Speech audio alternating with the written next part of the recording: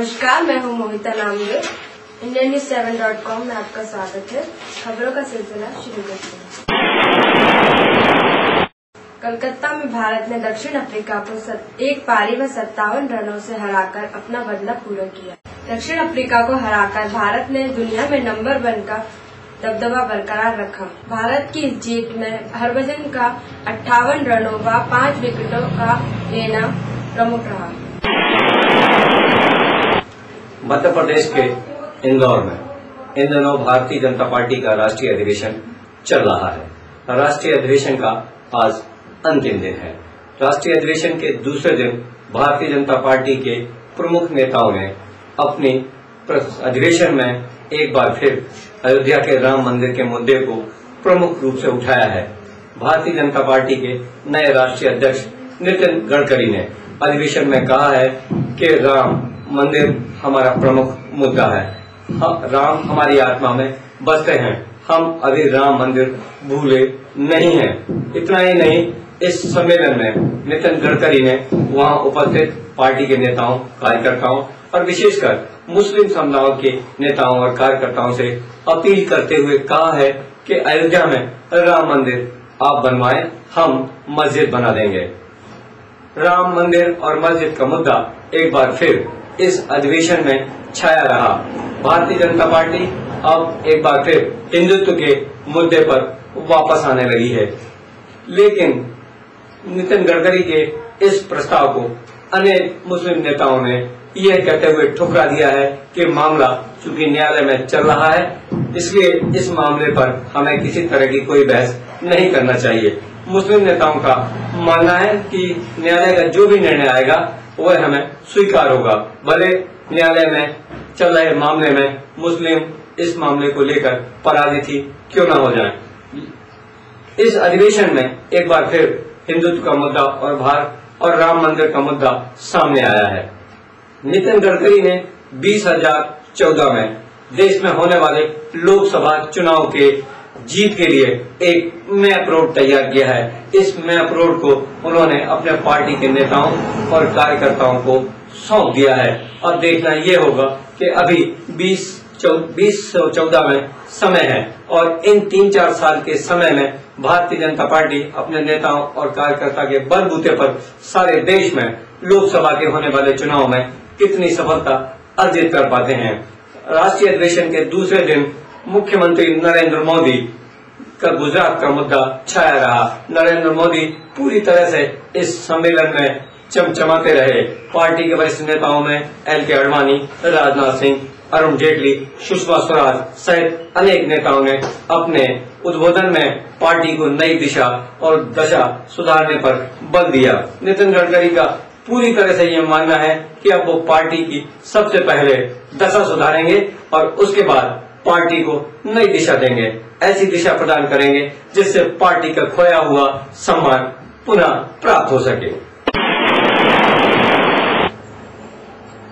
America के Texas में एक छोटा विमान 7 मंजिला इमारत से जा टकराया। विमान की इमारत से टकराते ही इमारत में आग लग गई। इस घटना में विमान व भवन दोनों ही क्षतिग्रस्त हो गए व 3 लोगों की मौत हो गई।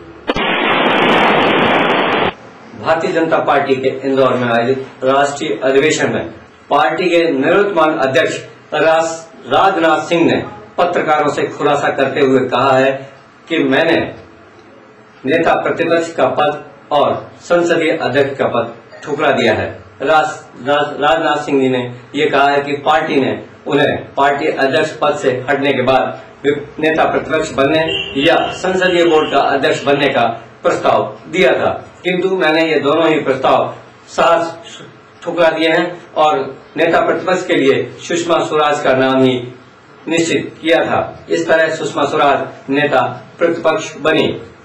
एक सवाल के जवाब में राजनाथ सिंह ने कहा है कि नितिन गडकरी की उम्र और उनके अनुभव को लेकर जो भ्रांतियां फैलाई जा रही हैं वो सरासर गलत है। राजनाथ सिंह जी के अनुसार नितिन गडकरी एक अनुभवी नेता हैं और राजनाथ सिंह जी का उनको सहयोग और उनका मार्गदर्शन और उनकी सलाह हमेशा नितिन गडकरी के साथ है।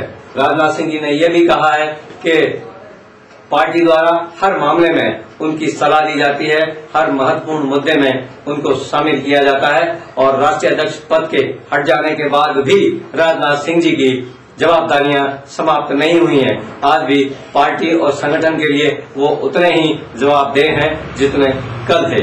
इंदौर के इस राष्ट्रीय अधिवेशन में इसके अलावा भी कई मामले देखने को मिले। इंदौर के इस अधिवेशन में इन वीवीआईपी, वीआईपी और अन्य नेताओं की सुरक्षा व्यवस्था करने वाले जवानों को पार्टी के नेताओं ने जैसे बुला ही दिया है।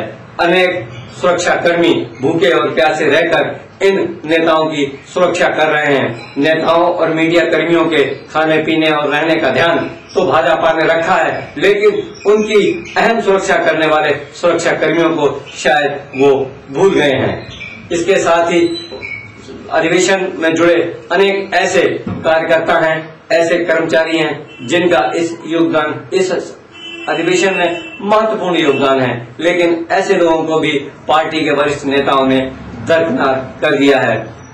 ये सोचने वाली बात है कि पार्टी के वो नेता जो अपने राज्यसभा में प्रतिपक्ष के नेता और पार्टी के वरिष्ठ नेता को हवाई अड्डे पर लेना भूल सकते हैं, उन्हें गाड़ी भेजना भूल सकते हैं, मेनका गांधी और बरूण गांधी जैसे वरिष्ठ सांसदों की अपेक्षा कर सकते हैं, तो इन छोटे मोटे नेताओं और कार्यकर्ताओं को याद रखना शायद इन पार्टी के नेताओं के लिए गवारा नहीं था। इन्हीं सब के चलते इस सम्मेलन में बहुत सारी अव्यवस्थाएं भी जारी हैं। सम्मेलन का आज अंतिम दिन है। देखते हैं कि इस अंतिम दिन पार्टी के नेता और कार्यकर्ता क्या क्या नई नई उपलब्धियां देते हैं, क्या नए नए प्रस्ताव पास करते हैं और किन कमियों और किन उपलब्धियों के साथ आज शाम ये पार्टी का सम्मेलन समाप्त होता है। नितिन गडकरी इस सम्मेलन समाप्ति के बाद कितनी ऊर्जा, कितनी शक्ति और कितना भरोसा लेकर यहाँ से अपने घर नागपुर जाएंगे और उसके बाद देश की राजधानी दिल्ली में बैठकर भारतीय जनता पार्टी का